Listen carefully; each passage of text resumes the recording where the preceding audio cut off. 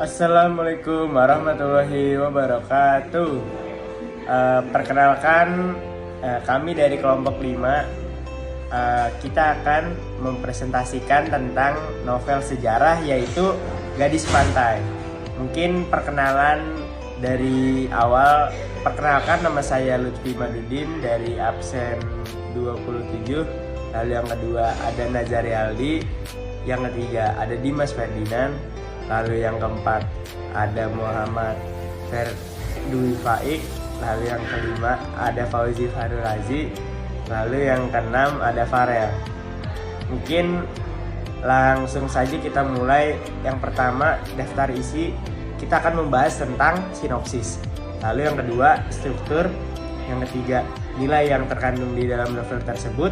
Lalu yang terakhir, kaidah kebahasaan yang ada di dalam novel sejarah.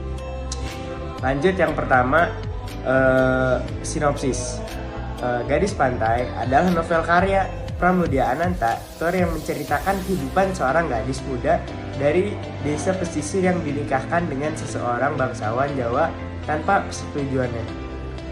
Gadis Pantai, tokoh utama dalam novel ini, adalah seorang perempuan yang sederhana, lugu, dan penuh kepatuhan. Dalam novel ini, ia dipaksa menikah dengan seseorang bendoro atau bangsawan yang tidak mencintainya, melainkan hanya ingin memenuhi status sosial. Gadis Pantai tidak hanya harus menyesuaikan diri dengan kehidupan baru yang penuh kemewahan dan peraturan ketat, tetapi juga harus menghadapi ketidakadilan dan penindasan dalam rumah tangganya. Seiring berjalannya waktu, ia semakin sadar akan posisi rendahnya di mata sang suami dan masyarakat. Konflik batin dan kesadaran sebagai perempuan yang tertindas menjadi semakin kuat, hingga akhirnya ia diusir dari rumah oleh sang suami setelah melahirkan seorang anak perempuan yang dianggap tidak berguna oleh bangsawan itu karena bukan anak laki-laki. Novel ini juga mengeksplorasi tema-tema sosial dan kritik terhadap feodalisme serta ketidakadilan yang dialami oleh perempuan di dalam sistem patriarki. Pramudia mengabarkan dengan tajam bagaimana perempuan seringkali diperlakukan sebagai objek dalam pernikahan tanpa dihargai hak dan perasaannya.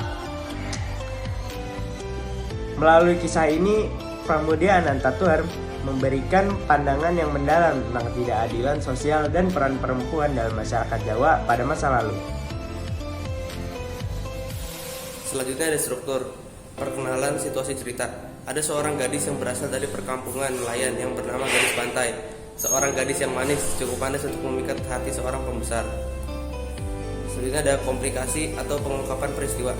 Pada umur 14 tahun, Gadis Pantai dibawa ke kota untuk dinikahi oleh Bendoro, pejabat pemerintah kolonial yang tidak ia cintai. Selanjutnya ada menuju konflik. Ada pembantu baru yang bernama Mardina. Ia berani melawan Gadis Pantai. Ia dijanjikan Bendoro Demak sebagai istri kelimanya kalau Mardina dapat membunuh Gadis Pantai agar putri Bendoro Demak dapat menjadi istri dari suami Gadis Pantai. Selanjutnya ada puncak konflik. Gadis Pantai hamil anak perempuan dan Bendoro kecewa karena yang diharapkannya adalah seorang anak laki-laki sehingga Gadis Pantai diceraikan oleh Bendoro. Selanjutnya, di dalam struktur terdapat penyelesaian. Bendoro mengambil anak Gadis Pantai dan menyuruh Gadis Pantai pergi dari rumahnya. Malu dengan keadaannya yang tidak memiliki suami, ia pun memutuskan untuk tidak pulang ke kampung dan menetap di Blora. Selanjutnya, Oda. Perempuan adalah seseorang yang paling berharga dan terhormat. Jadi jangan menjadikan perempuan sebagai istri percobaan atau pemuas nafsu laki-laki. Lalu selanjutnya ada nilai yang terkandung. Nilai budaya. Kutipan dari novel Gadis Pantai menggambarkan perbedaan budaya yang mencolok antara kaum ningrat dan rakyat jelata, antara kehidupan di kota dan di kampung. Contohnya seorang Bendoro menikah dengan diwakili sebilah keris, menunjukkan betapa berbeda adat dan tradisi di kalangan ningrat dibandingkan dengan rakyat biasa. Di kampung, orang tidak mengenal minyak wangi atau memiliki akses ke hiburan seperti wayang yang merupakan bagian dari tradisi di kota. Selain itu, perbedaan perilaku juga terlihat seperti bagaimana wanita utama di kota harus selalu tenang dan sopan, berbeda dengan kebiasaan di kampung yang lebih sederhana. Ada juga perbedaan dalam keyakinan dan cara pandang terhadap dunia, di mana nelayan lebih menghormati laut sebagai sumber kehidupan mereka. Sementara kaum ningrat mengagungkan nenek moyang dan menganggap dirinya sebagai pusat kehidupan di pendopo. Ini menegaskan kesenjangan sosial dan budaya antara kedua kelompok tersebut. Selanjutnya ada nilai sosial. Dalam novel Gadis Pantai digambarkan kekejaman dan ketidakadilan seorang ningrat terhadap seorang gadis lugu dari kampung nelayan yang dijadikan istri percobaan. Kritik terhadap feodalisme Jawa sangat kuat, di mana orang rendahan dianggap hanya untuk mengabdi pada kaum ningrat. Seperti pada dialog Semua Mas Nganten untuk mengabdi pada Bendoro, dan pada dialog kalau tidak ada orang rendahan tentu tidak ada orang atasan. Pada dialog tersebut menegaskan bahwa ketidakadilan sosial pada masa itu. Lalu ada nilai agama.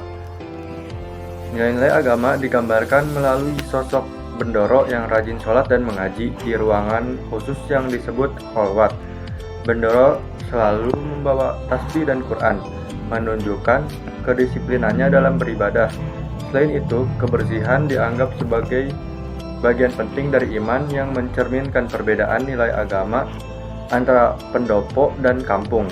Anak-anak Bendoro juga diajarkan mengaji setiap hari, menekankan pentingnya pendidikan agama di lingkungan ningrat. Selanjutnya ada analisis kaidah kebahasaan. Yang pertama ada kata yang bermakna lampau. Yang A adalah Sahaya Bendoro, ada pada Gadis Pantai 2011 halaman 32. Sahaya adalah hamba atau abdi pada zaman dahulu, sekarang disebut dengan saya. Yang B adalah terdengar, bendi, suruh sediakan bendi, di dalam 1 jam mesti sudah sedia, ada pada Gadis Pantai 2011 halaman 54. Bendi adalah kereta beroda 2 yang ditarik oleh seekor kuda dengan pengemudi di depan atau disebut dengan kar pada zaman dahulu, sekarang disebut dengan delman. Dan yang C adalah tak ingat pesan ayahanda, ada pada Gadis Pantai 2011 halaman ke-21. Ayahanda adalah sebutan ayah pada zaman dahulu. Selanjutnya novel ini juga terdapat bahasa Jawa, di antara lainnya emak atau disebut dengan ibu, yang B adalah bujang, yang C adalah priyayi, dan D adalah orok. Emak adalah ibu, bujang adalah sebutan untuk seorang pria yang belum atau tidak mempunyai istri atau pasangan, dan priyayi adalah suatu golongan tertinggi dalam masyarakat, dan orok adalah bayi. Selanjutnya juga ada konjungsi temporal. Contohnya, yang pertama, kemudian meneruskan tak pernah aku mimpi anakku pernah mengenakannya, dan sekarang meledak tangisnya yang tertahan, ada pada Gadis Pantai 2011 halaman yang ke-14. Dan yang kedua adalah akhirnya seorang bujang wanita masuk membawa air teh manis sambal menggendong bayi pada punggungnya, ada pada Gadis Pantai 2011 halaman yang ke-17. Selanjutnya ada analisis kaidah kebahasaan. B. Konjungsi kronologis. Contohnya 1. Dan beberapa hari setelah itu sang gadis harus tinggalkan dapurnya, suasana kampungnya sendiri dengan bau amis abadinya. Terdapat di Gadis Pantai 2011 halaman 11. Yang kedua ada semua itu pernah dilihatnya 2 tahun yang lalu, waktu dengan orang-orang sekampung datang beramai ke kota, nonton pasar malam. Gadis Pantai 2011 halaman 15. Yang ketiga ada kata kerja yang menunjukkan kalimat tidak langsung. A. Kakek itu pernah bilang, "Bo, segalanya bersumber dari di laut. Tak ada yang lebih berkuasa dari laut. Nenek moyang kami juga bakal tidak ada kalau laut tidak ada." Terdapat di Gadis Pantai 2011 halaman 86. Yang 4 ada kata kerja yang menunjukkan kalimat langsung. A. Kita pulang saja, Mak. Terdapat di Gadis Pantai. Bertanya, Gadis Pantai 2012 halaman 25. B. Sahaya Bendoro. Ia berbisik. Terdapat di Gadis Pantai 2011 halaman 22. Selanjutnya, nomor 5, kata kerja mental. A. Kata kerja yang dirasakan. Contohnya, Gadis Pantai merasa aneh sekujur tubuhnya setelah kembali ke kamar dan ganti pakaian. Contoh yang kedua, dirasainya tangan yang diangkatnya begitu berat. Waktu mencari tangkai kunci, kaki-kaki pun dirasainya keluh waktu hendak berdiri. B. Kata kerja yang dipikirkan. Mengapa Mas Nganten melamun? Bapak pasti selamat sampai di rumah. gadis pantai berhenti membayangkan bapak. Yang keenam, kata kerja yang menggambarkan suatu tindakan atau verba material. Contohnya, gadis pantai berdiri dari kursi. Baik, mungkin sekian dari presentasi kita kali ini. Kurang lebihnya mohon maaf. Jika ada pertanyaan bisa kalian tulis di komen di bawah ini. Kurang lebihnya mohon maaf. Sekian dari kita. Wassalamualaikum warahmatullahi wabarakatuh. Dulu torang dua karena betul sayang, apa sekarang sayang hubungan mau pinjam. Apa mungkin karena kenapa sakit hati sampai bilang kita orang palingnya benci.